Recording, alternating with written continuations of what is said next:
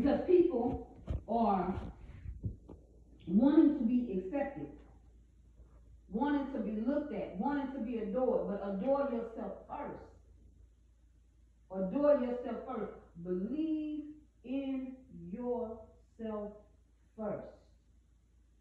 You cannot believe in anybody else if you do not believe in you.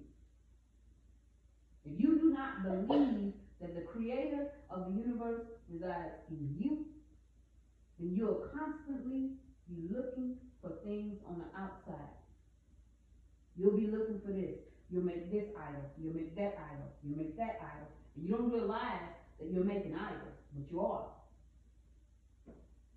Because you're looking for something that is already on the inside of you. When you look in the mirror, you say, hello, God, because that's where he is. He is in the inside of you. You don't go look at a statue. You don't go look at this. You don't go look at that. You say, hello, because that's where he is. You ain't got to look for something that's already inside of you. But when you don't know that, and that's something, and I'm speaking about me, but when you don't know that, you're constantly looking up.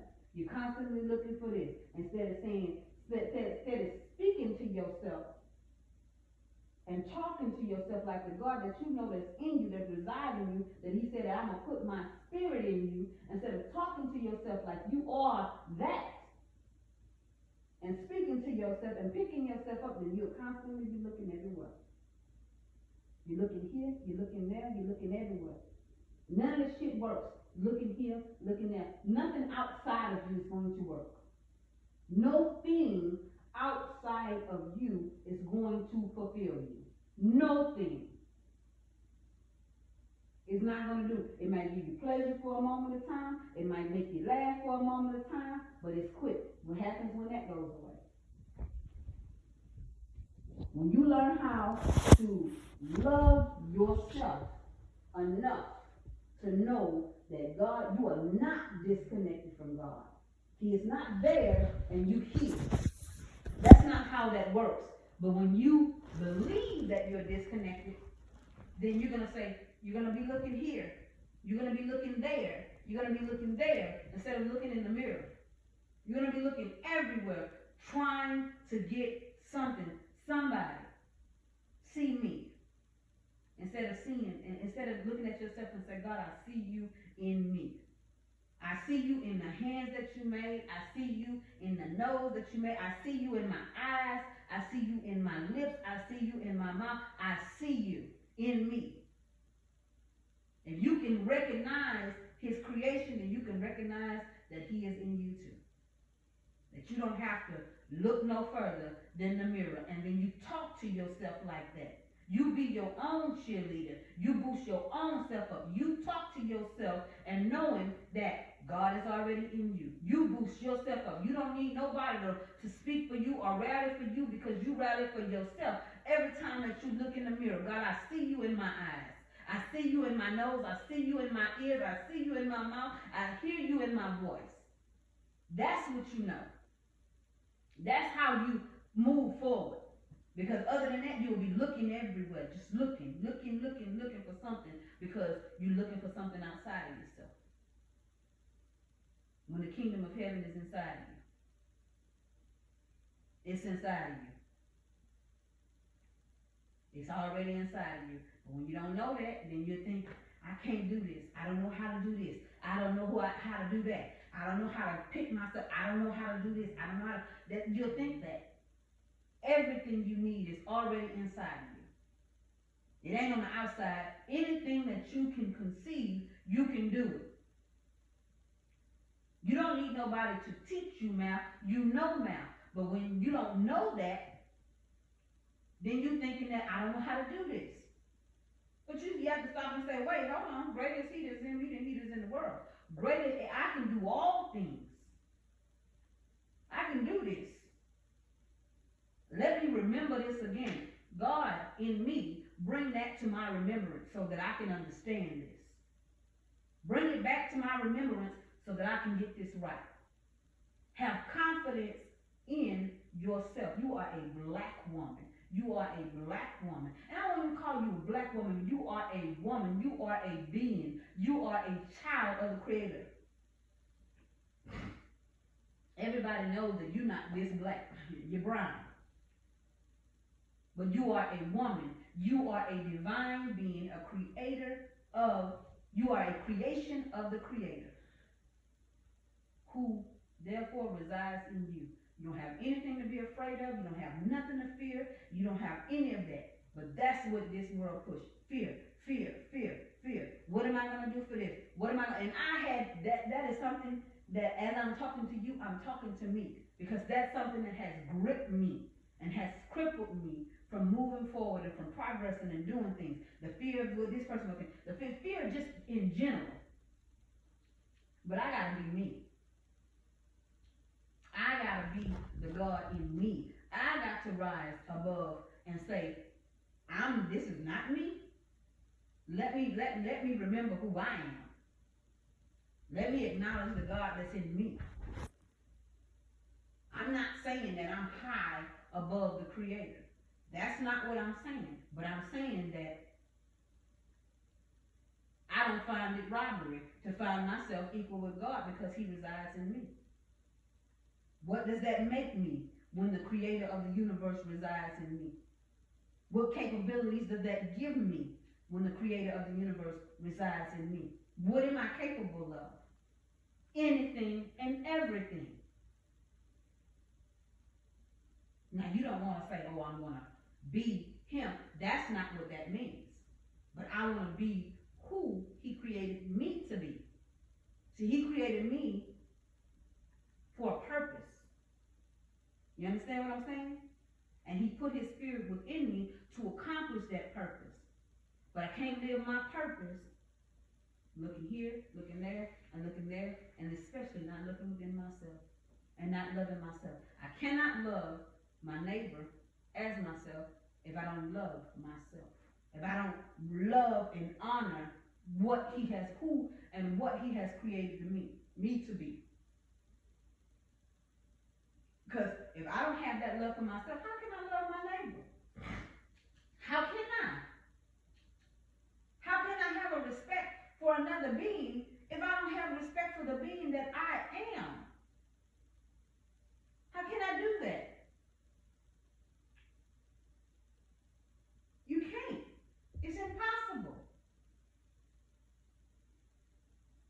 And I'm not talking about pride or conceited, because those people that have pride, they don't really love themselves like they say they do. Because if they did, when they got to reach a certain level, they would still treat people how they want to be treated. They would literally love those people like they love themselves. They would see the same capabilities within them, within the other people as they see in themselves. That's not love. That's a person that is struggling to love themselves, but they have to put on airs like they do. That's not a person that loves themselves. That's not. There's a difference. It's an entire difference between a person that loves themselves and a person that doesn't. And the person that loves themselves, they are confident in who they are. They're not conceited. They don't have an ego about it, but they are confident in who they are. And they don't have to step on anybody to make themselves feel good. That's the difference. They don't have to put anybody down to make themselves feel good or to feel confident or feel good about themselves. They don't have to do that. When you know who you are, you don't have to do that. You don't have to pick something about a person, whether it's their skin color, the texture of their hair, or where they was raised, or their background. You don't have to do any of that. Because you see within them what you see in yourself. You love them the way that you love yourself. But a person that does not do that, that's not a person of God. I don't care if they sit at church on the pews, on the front pews. I don't care if they go to mosque. I don't care if they go to the Buddhist temple. I don't care where they go. If they can't see in you what they're supposed to be, but here's the difference. And I'll explain it to you. If they can't see the true you, and they can't love you like they love themselves, they don't love themselves. A person that hates, they do not love themselves. There's something about them that makes them feel or think that they are inferior, so they have to project that upon you. That's not your issue, it's their issue. It's their issue. It's not your, it has nothing to do with you. A color of your skin has nothing at all to do with you, but everything to do with them. That's their fears, that's their projections, that's their hate for themselves.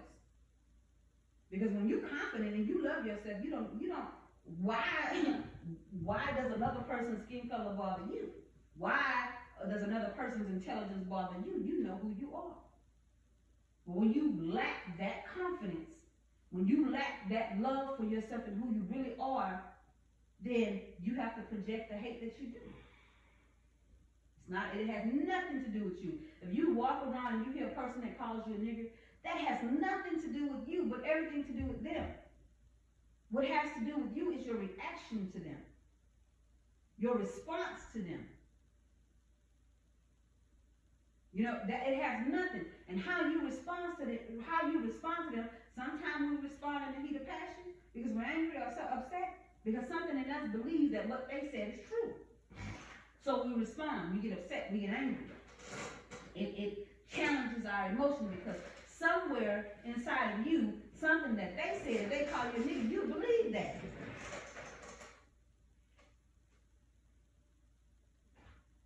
They can't control you if you don't believe it. It can't affect you if you don't believe it. You can simply say, that's your opinion and I don't agree with it, and move forward. Or you can simply not give it any attention at all. And what happens when you don't pay attention to it? When you don't give it any traction, they lose their power. Everything that they thought they held over you, they can't do it. And some of them even get loud. Nigga, whatever it is. Or whatever it is. Some of them even go crazy. They start acting like some wild beast. Jumping out on the wall and everything, sliding out on the floor, try to get close to you because they want a reaction and you're not giving it to them. They do. Some of them, like this woman was a police officer. She was a white police officer, a black police officer, she was a black police officer, and it was a white man. And the man was on the sidewalk singing, oh, you nigger this, and you nigger that, and you nigger.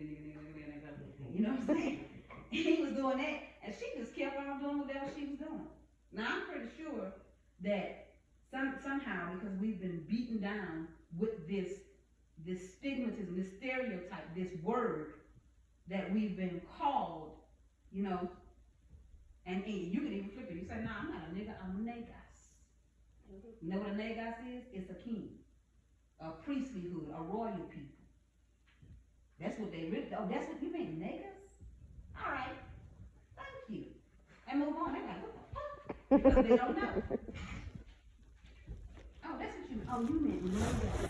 But they got people that'll do that. And they'll follow you around. They got people that, if you don't give them the reaction, they get, woo. They do all kinds of shit for attention. But it's up to you on how you respond. They have no control over you.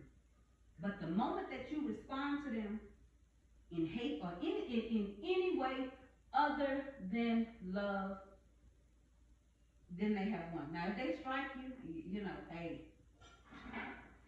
hey.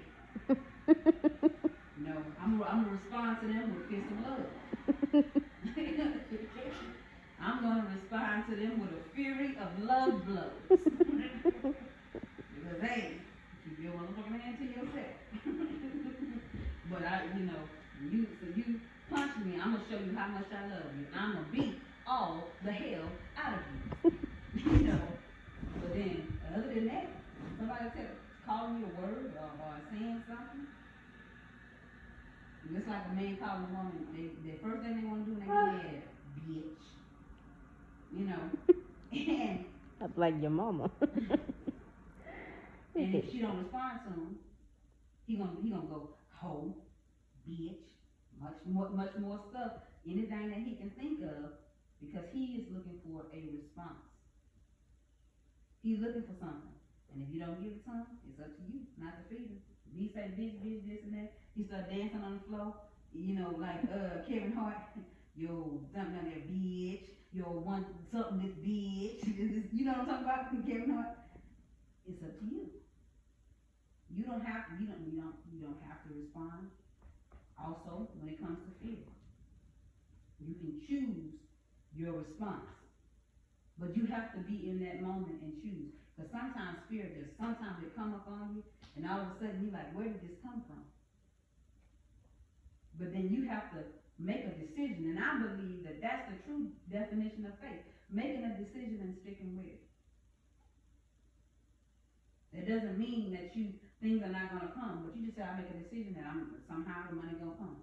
I made a decision to believe that the money is gonna come. I made a decision to believe that I'm gonna have more than enough. That's my decision. And I'm sticking with that decision. You know, so. Come on, Pastor. What you say? I said, come on, Pastor.